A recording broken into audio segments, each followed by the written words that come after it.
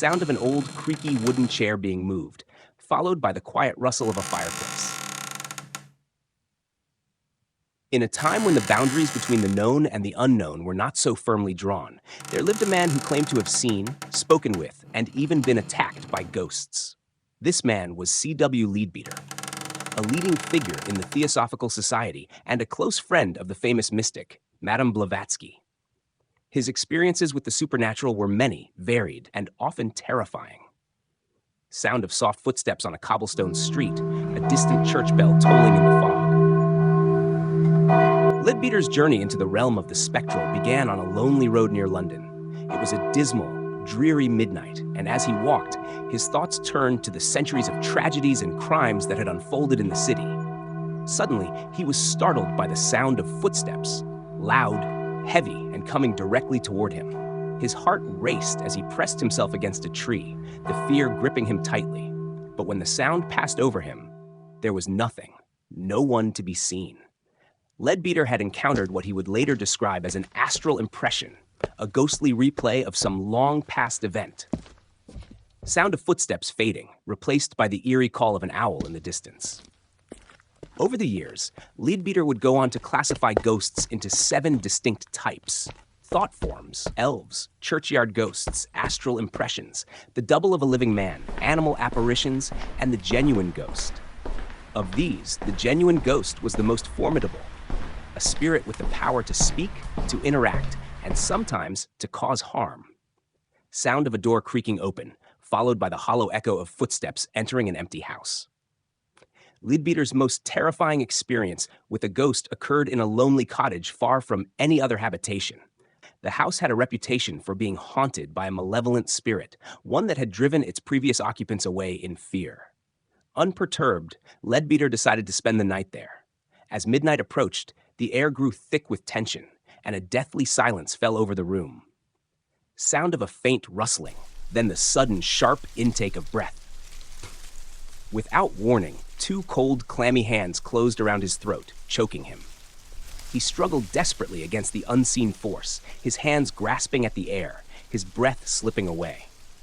The ghostly attack seemed to last an eternity, but just as Leadbeater reached the open door, the hands released him, and the spirit vanished into the night. Though shaken, Leadbeater had survived. Barely.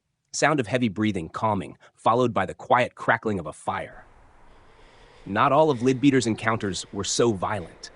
On other occasions, he claimed to have spoken with ghosts, as if they were living people. These spirits, he said, were not to be feared. They were reasonable, capable of conversation, and often appeared to offer or seek help.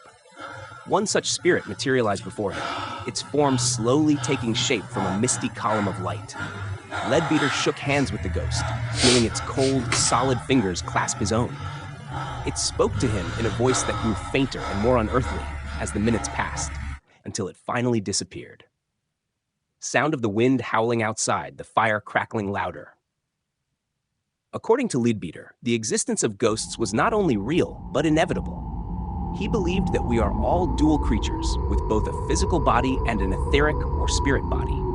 When we die, the etheric body continues to exist, sometimes returning to places of great emotional significance, places where the living may encounter them as ghosts. These spirits, he said, are drawn to the places where they experience the greatest pleasure or pain in life, and they seek out those who are sensitive enough to perceive them.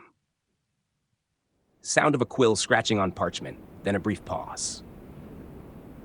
In his lifetime, Leadbeater saw and spoke with ghosts of all kinds. Human, animal, and even spectral beings, like elves and fairies. He described them as hypnotists, capable of influencing the minds of the living, making themselves visible through sheer will or by gathering physical substances around them.